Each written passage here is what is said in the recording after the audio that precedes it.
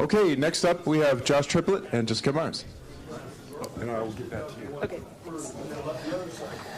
All righty. So we'd like to talk to you a little bit about licensing open hardware as opposed to just open software.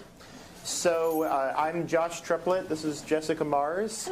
We're going to, I want to start off with some of the standard disclaimers. I am not a lawyer. Jessica is a lawyer, but is not your lawyer. And if neither of us are speaking for any company, organization, or any other entity that we may be a part of, we will assume if you ask questions, you're not either. This is not legal advice.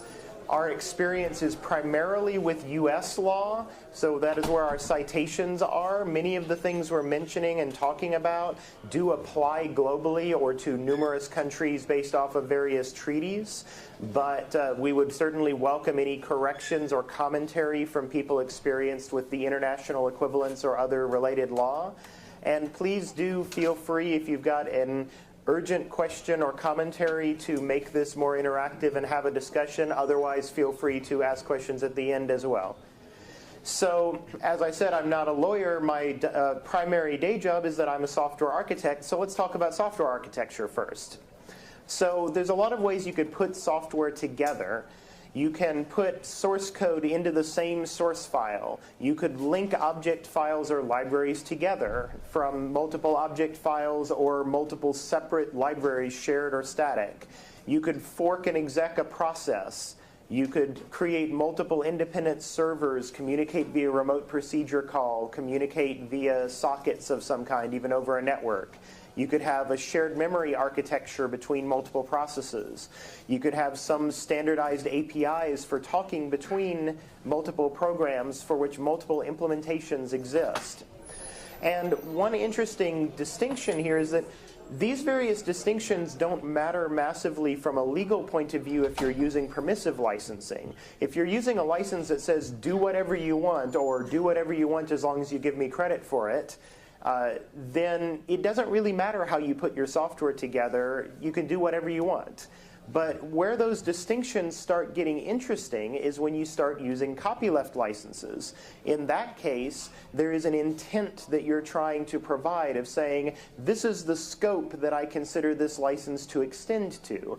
And there are various licenses that extend that scope to varying degrees on a spectrum. You've got the LGPL, which extends it to the case of linking multiple objects together, but allows some more flexibility and more free passes if you're linking dynamic libraries. You've got the GPL that extends through dynamic libraries and up to some other boundary, details to be determined. See various courts in the future.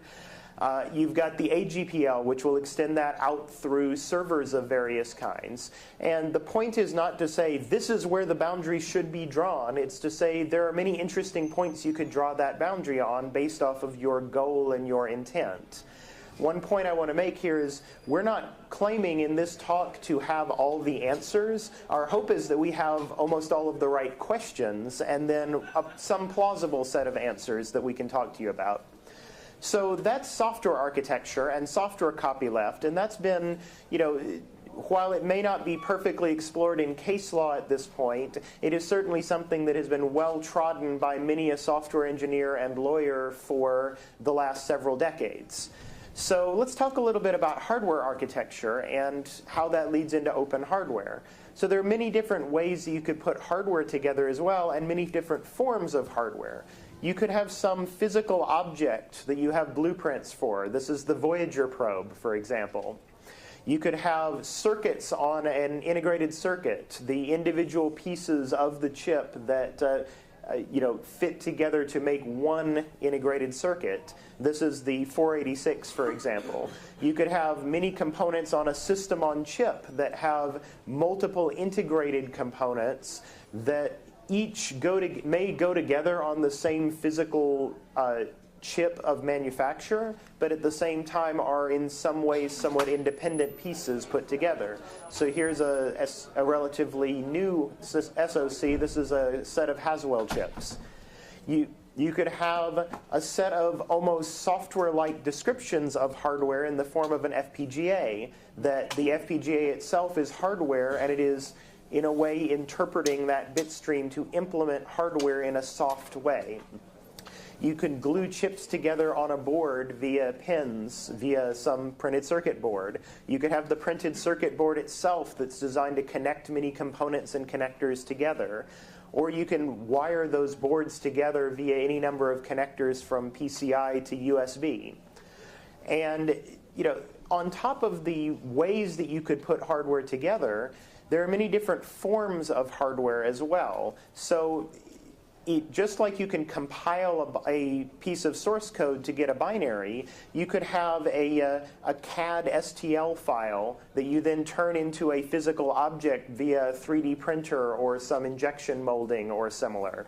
You could have a schematic for a chip that gives you the actual circuitry of the chip, but not exactly how it's laid out. You could do a partially compiling and partially manual process to turn that into laid out masks for a semiconductor, and then turn that into a physical chip. This is the original 4004 integrated circuit. You could, again, have an FPGA bit stream and then put it onto an actual programmed FPGA and ship that FPGA in a product. You can have a PCB layout in various forms and stages that then becomes a physical PCB. And so that's an interesting distinction that it goes beyond the notion of a compiled binary for software, because it's not just that you have a compiled binary, you have a physical object. Some of the laws apply differently. And again, all of these things are relatively easy to talk about when you're dealing with permissive licensing. If you're saying do whatever you want, then the details don't really matter. And most of the efforts going on around open hardware right now are based on permissive licensing. So I think where this gets particularly interesting again is when you start talking about copyleft. And at that point, we really have to start talking about intent. What is your goal in trying to use copyleft for hardware? What are you trying to enable? What would you like people to be able to do? And we can talk about various boundaries you might want to draw, or various pieces that you would say, well, going up to this point, we would say copyleft extends. But I would say there's few people in the room that would say that just because you have a copyleft license on a board that you should have to free whatever's on the other end of a USB connection. But on the other hand, if you have two circuits in the same integrated circuit manufactured with the same mask, that might reasonably have a copyleft license extend that far. And somewhere between there's a line or even a set of lines for different licenses that we might reasonably agree on. So in addition to those intents, then there's the question of how do we implement that? With software, we can use copyright as the exclusive right that backs our licenses, that allows us to then choose what subset of those rights we license and under what conditional grant of permission. So with hardware, the situation gets a little bit more complicated and more interesting. And with that, I'd like to hand it over to Jessica to discuss the legal implementation of that. Thank you. No, actually, I need that. This will be a challenge. I have two devices in my hands at the same time. So hopefully, as Josh was talking, the wheels were turning in your mind. You were thinking perhaps of parallels between software and hardware. Are there actually any hardware designers or developers in the audience? Awesome. Actually, that's kind of terrifying, because I'm probably going to get this wrong, as Josh mentioned, not my day job. But anyway, since we have experience in software and in licensing, we sort of naturally look at the licenses that we know and love and that are OSI approved and think, how can we apply them to hardware? And, excuse me.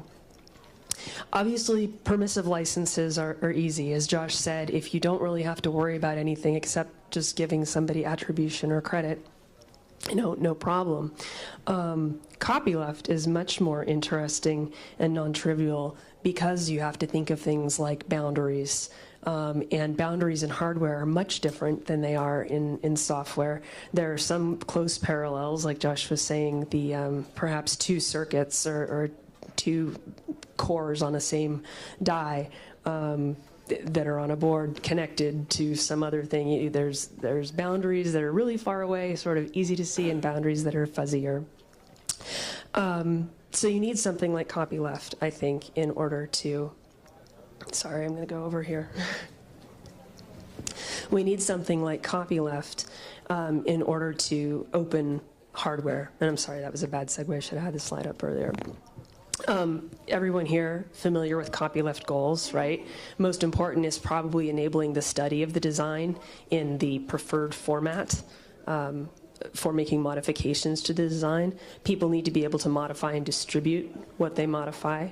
The person who originally came up with the design, the licensor, should have all of the same rights afforded to them that the licensee has, and so that's something that gets protected or is ensured by making derivatives available under the same license.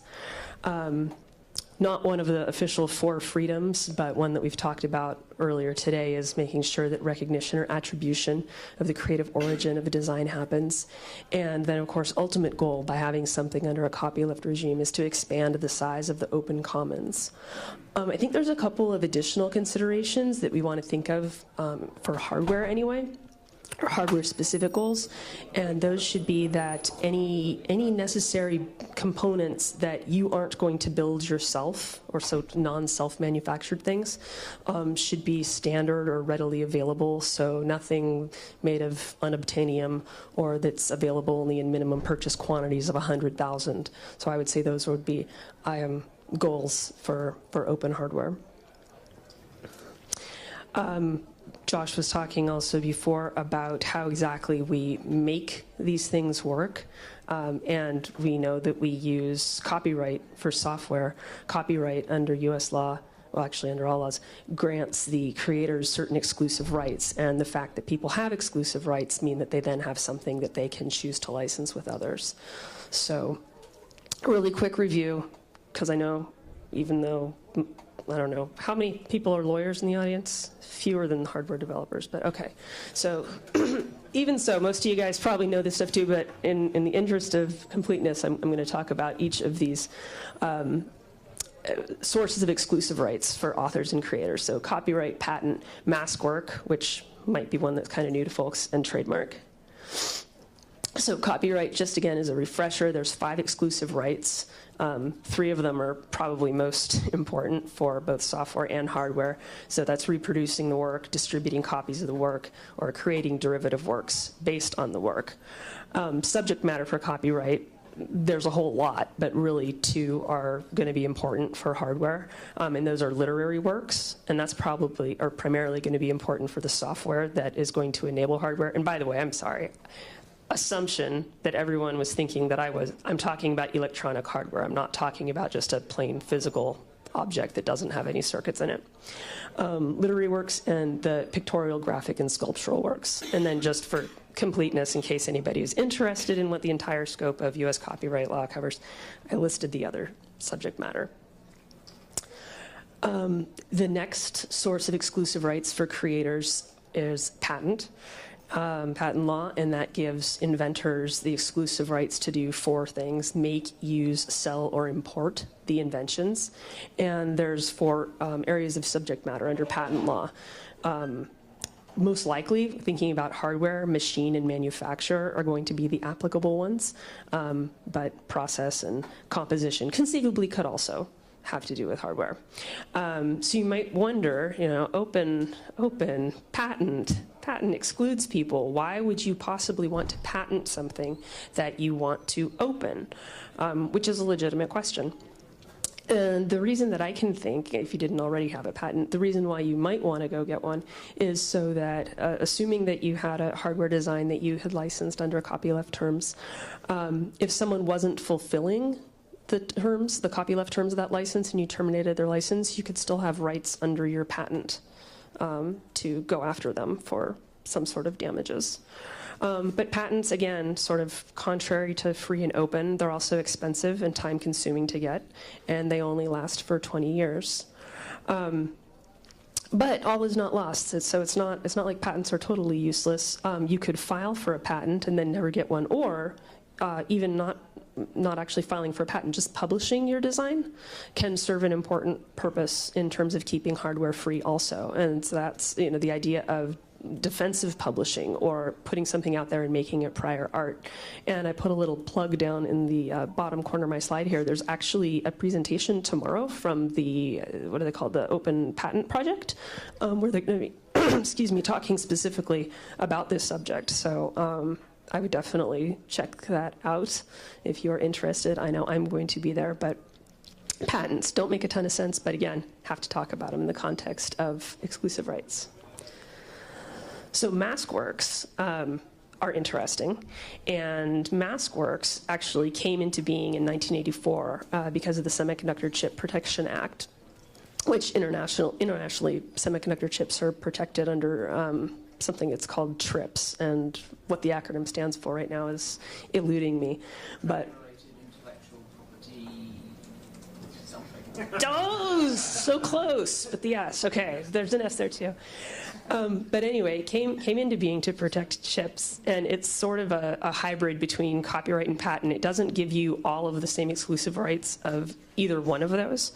But the important ones are that you can reproduce the mask work and import or distribute a semiconductor chip in which the mask work is embodied. So it's kind of interesting. The mask work doesn't give you any exclusive rights until it becomes embodied in the chip, but then once it does, you have rights to keep other people from basically cloning your product. Interestingly, you might have noticed that there's no language about derivative works there.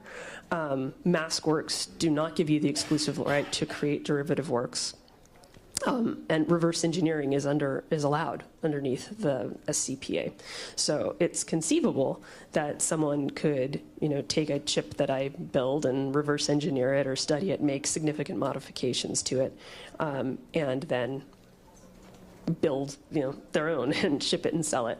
But the one thing, or one of the things that stands in the way of that is that actually making chips is really expensive and really hard. So I think at the time that this law came out, or that this was enacted, it was a bigger deal. I think maybe it would only cost like maybe $50 million to reverse engineer and make a chip. But I think that figure has grown exponentially since then. And subject matter, again, mask work is something that's fixed in a semiconductor chip. That's the only thing that mask works apply to. And last but not least, trademark. Trademark, the exclusive rights associated with that are the exclusive rights to use a mark. And a corollary to that then is the ability to prevent the use of that mark or a confusingly similar mark by another party.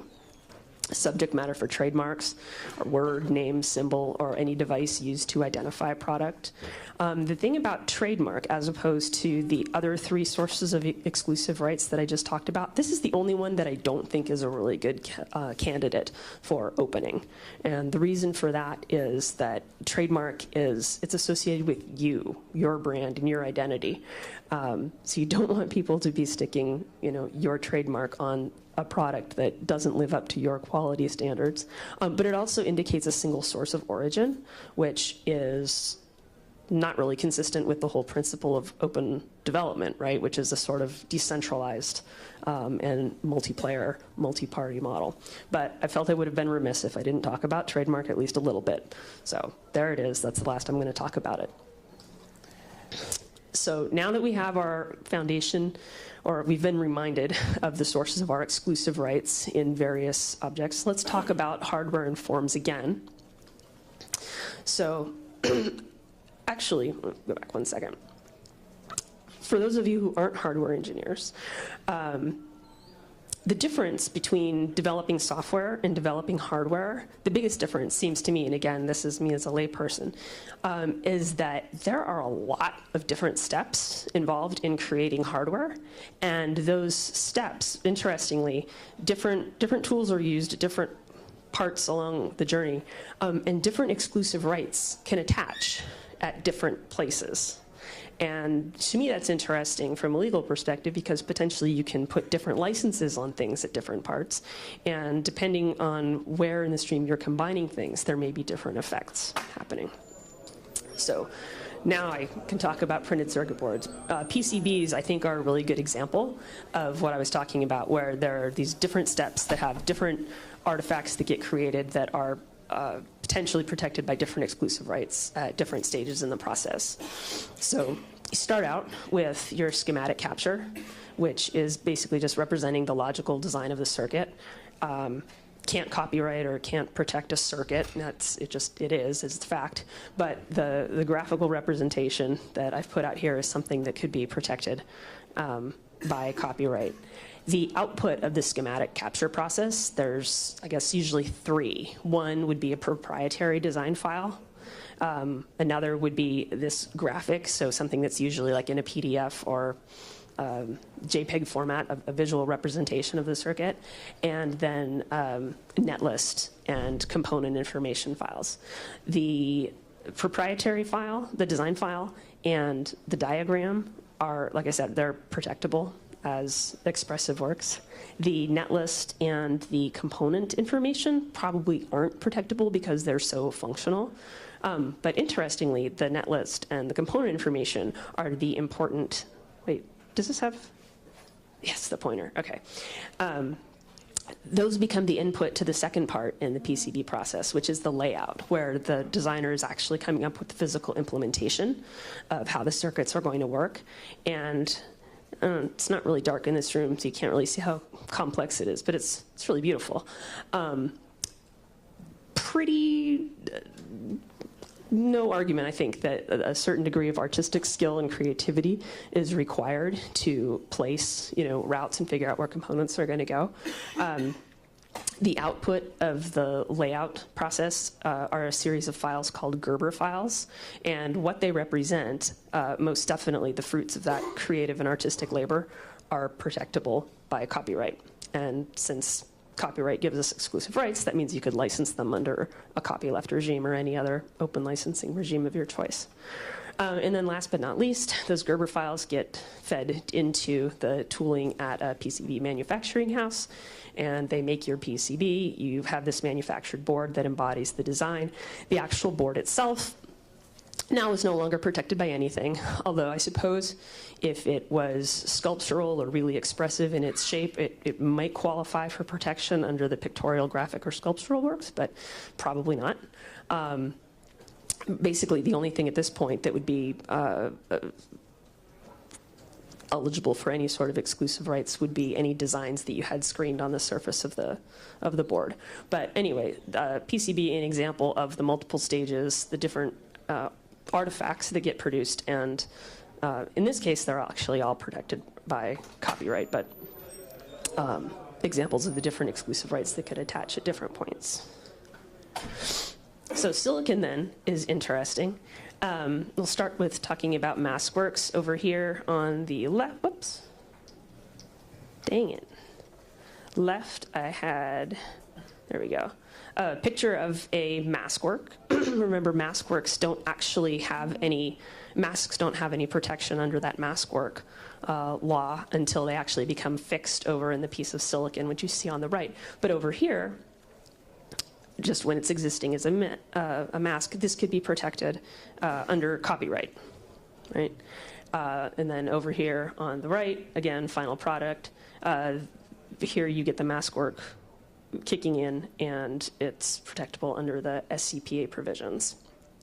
But before a maskwork even exists, before you start to build the masks, you start out with the design of the chip. And one of the things that I think is testament to how difficult and time-consuming it is to produce or to design a semiconductor chip is the fact that what has become really a large industry in and of itself in the tech industry is the licensing of cores, IP cores, which are usually broken into or referred to as either being hard or soft. But these are designs that are made by third-party vendors, or there's some companies, all they do is cores, other companies do a variety of things. But the idea is that they are pre-configured or pre-designed blocks of IP that can be dropped into designs, thus enabling people to design more quickly. You see up here, oh, dang it. I keep wanting to push the other thing. On the upper left, this is a drawing of what's supposed to be a system on a chip. And you can see very distinct blocks in here. Those are cores. Those are representing hard cores. And the things that's interesting to me, anyway, about cores and whether they're hard or soft is, well, they affect the way that the licenses might work on them when you use them in a design. The hard cores, again, you can see how they're very distinct. If you have a hardcore IP block that you basically drop into a design and you interface with the rest of the design using standard interfaces to communicate, then it stays pretty discrete, stays by itself. If you had a copyleft license on that IP core, it wouldn't be extending the copyleft terms to the rest of the cores on your silicon. But what if you had a hard core that you put into your design, and it turns out that you couldn't use standard interfaces in your design? You had to make modifications in order to make that core work. Well, then those modified interfaces would probably become a derivative work of the copyleft core, and then you would have copyleft obligations spreading beyond that core and going at least to the interface that you had to do, so requiring you to make the sources available for that. Soft cores, on the other hand, are, well, they're more like software. They're malleable. They're in an editable format. And down here, I've got a picture, the same picture Josh had of an ASIC. You can see there's definitely some hardcore logic blocks in here, but then there's a whole bunch of other area that is more tightly synthesized. There's been a lot more integration that happens when you're using soft cores, and engineers, correct me if I have this wrong. But the nature of the soft IP, because you're getting it in HDL, you're getting it in the human readable form describing the circuit, is that actually it's going to influence the design, the rest of the design, and the rest of the design is going to influence it. There's sort of this interplay. Which, if you think about it in software terms, it's very much like commingling, or what would we say? It's not even linking. It's like taking snippets and merging things together. So I think if you're using a soft IP core, you're almost guaranteed to have a derivative work. So again, you could have a spread of copyleft. You could open up your design way big. If you didn't want to have your design be open, but you wanted to use a soft IP core, what you might do is take the soft IP core and try to harden it up before you put it in your design. I guess that would be one way that you could sort of try to minimize the boundary creep or the boundary encroachment. But anyway, those are the differences between hard and soft IP as I understand them, and I just thought that was really interesting. It's worth mentioning as well that this is another place where your intent matters, such that it's reasonable to ask, as we develop more understanding of how to apply copyleft to open hardware, where we want our licenses to extend. We may reasonably want hardware equivalents of the LGPL as well as hardware equivalents of the GPL with, tighter and looser boundaries for how far they extend. And that would play nicely into this as well. Sorry, the thing that I forgot to mention, and this is sort of unfortunate, but you reminded me when we were talking about intent. All of my great intent to have an open design is going to be for naught, or maybe for naught at the end here, when I get down to actually finishing up my design using my EDA tools. All of the tools have proprietary libraries in them. So when I combine, whether they're hard or soft IP cores that I licensed, whether it's, I did the full design myself from scratch, when it comes time to combining them with the libraries from my EDA tools, I may very well end up with a derived work that now is going to have license compatibility issues because, like I said, all of those EDA libraries are under proprietary licenses. So I have a couple of options. I could choose to license or make my cores available under a permissive license because that makes things easy. Or maybe I could make them under a weak copyleft license.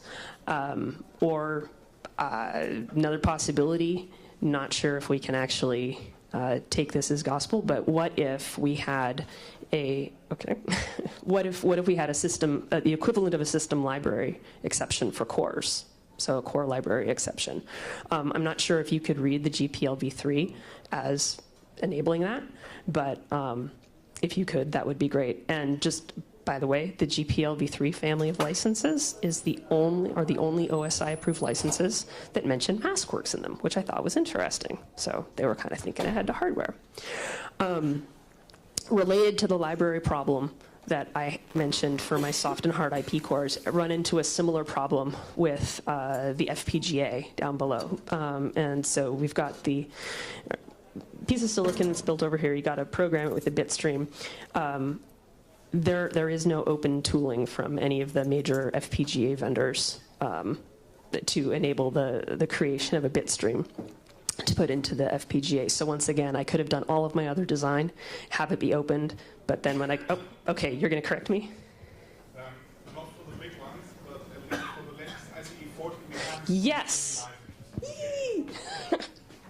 Yes. Well, and that, are you from the Ice Storm project? No, I'm not. Oh, okay, but you know about it. No. Okay, so here's the problem. So again, I can't program my FPGA without getting in trouble. So really, the best that you could possibly do, I think, if you were coming up with the design for an FPGA, would be to make your HDL designs available under an open license, and then provide instructions for your users how they could create the rest of the design files and how they can generate the bitstream. Although that still doesn't solve the problem for them, it's just moved it over to the right. Now they're the ones who are going to be creating the thing that has the proprietary libraries mixed with the open license design. I suspect that the absence of or lack of clarity around whether we have a core library exception is why most of the cores that you see available under open licenses are either permissive or LGPL. Because I think either of those licensing schemes sort of gets around the problem. And yes, okay, so open hardware. There is actually an open FPGA. The Ice Storm project guys reverse engineered the Lattice Ice 40 FPGAs. So they figured out how to do the bitstream. And this is actually a picture of something called MyStorm, which a guy named Alan Wood created. Fully open piece of hardware. You can see the open hardware logo on it. So if you were so inclined, you could get the schematics, get the Gerbers, get your files over to your PCB house, build your PCB, order your Lattice semiconductor for like what, I don't know, $15 or something, and then you can program it. And the internals of the chip are not open, but everything you need to program one is. No, the bit stream, that magical last part isn't open, not on Intel. Sorry, but that's a great question, and we ask our friends in the Programmable Solutions group, hey, would you open the bit stream so we could do that?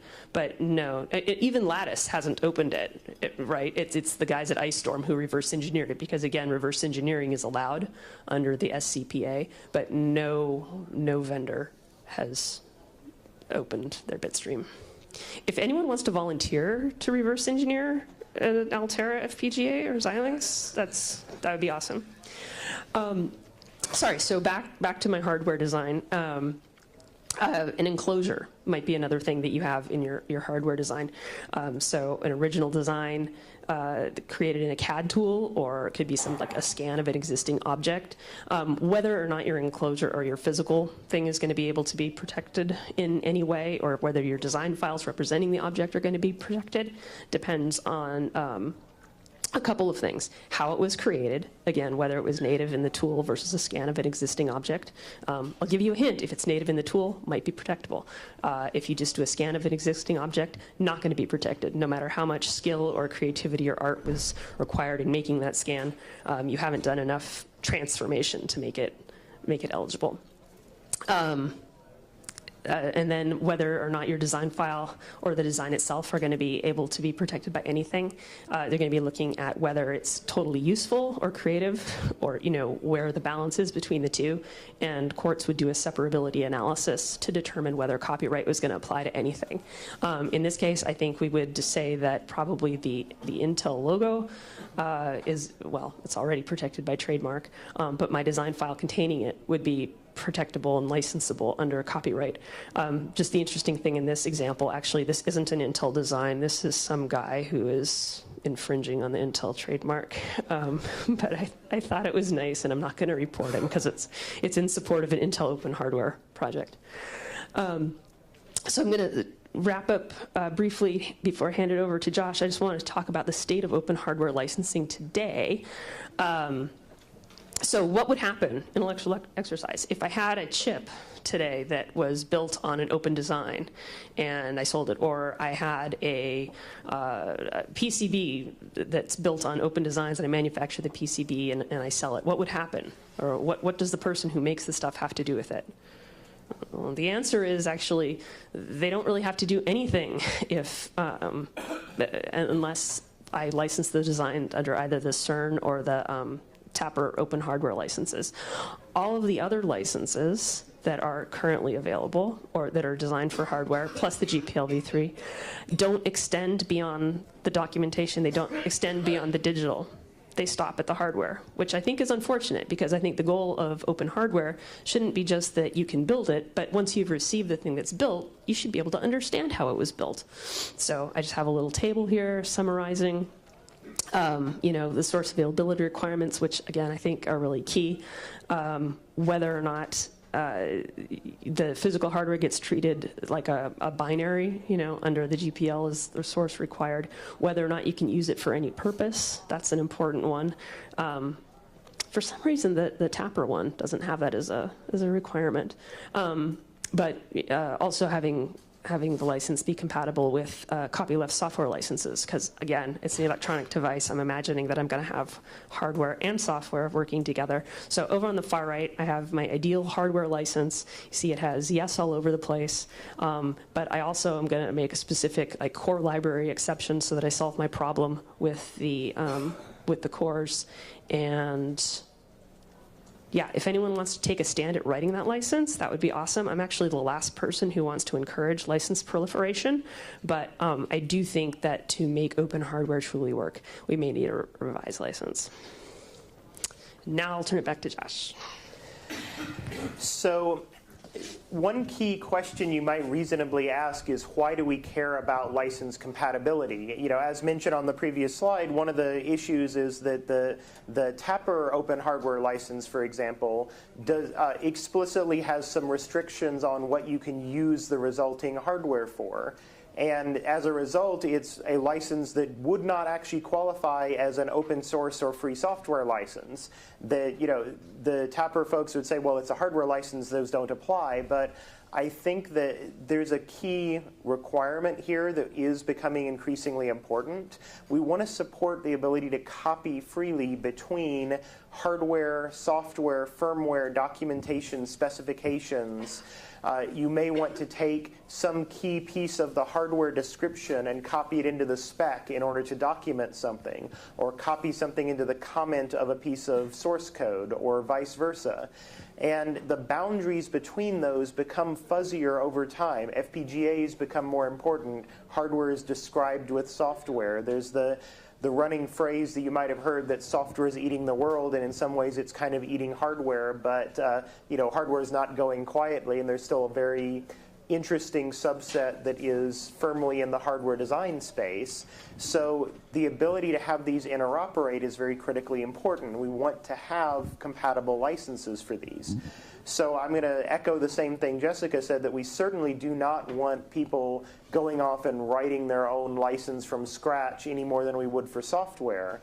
But if you are, one of those precious few people who are doing revisions of a existing well-established software license, please seriously consider accounting for hardware in those new revisions, and in particular extending those provisions in ways that make sense, such as treating physical hardware similar to a compiled binary with respect to provisions like copyleft.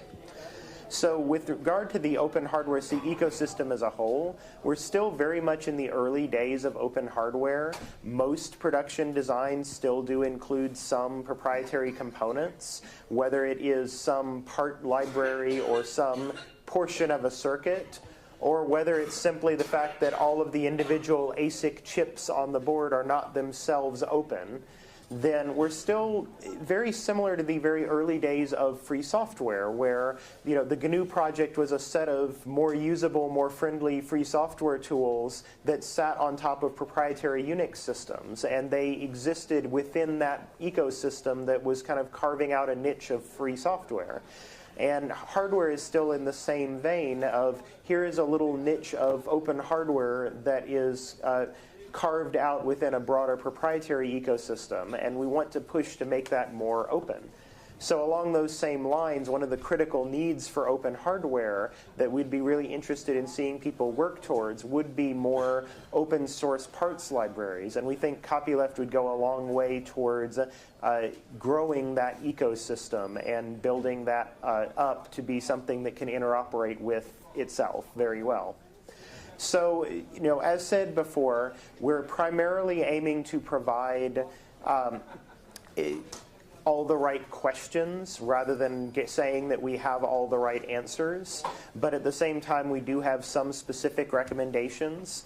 So in particular, for chips, if you're doing any form of ASIC design, whether on the small scale or large scale, if you want copyleft, the GPL v3 is currently the best choice of license because it's the only license that actually mentions MaskWorks and covers all the way through to hardware. It's not perfect since it does not necessarily extend the provisions to force the distribution of source code to anyone who has the physical chip, but it still goes further and fits better than any other license out there, including the Creative Commons licenses that have commonly been used for hardware, which don't really include any of those provisions. For PCBs, you can absolutely use a copyleft license if you like. It's a good statement of your intent, and many people will respect your intent whether there is an exclusive right backing it or not. Unfortunately, or fortunately, depending on your perspective, PCBs as in a physical object form are not actually protected in any way. On the one hand, that's not necessarily a good thing for copyleft. On the other hand, that can be a boon to the maker community that does do reverse engineering and development of, let me build a compatible board for this random chip. So it's a mixed blessing. We would definitely encourage the development and contribution of open parts libraries to try to get rid of that proprietary substrate that open hardware is still built upon. And if you are drafting a future copyleft license of any kind, definitely account for MaskWorks or any other similar present or future legal structure, and treat physical hardware like binaries, require the source code for it. So with that, I'd like to wrap things up and invite any questions or discussion.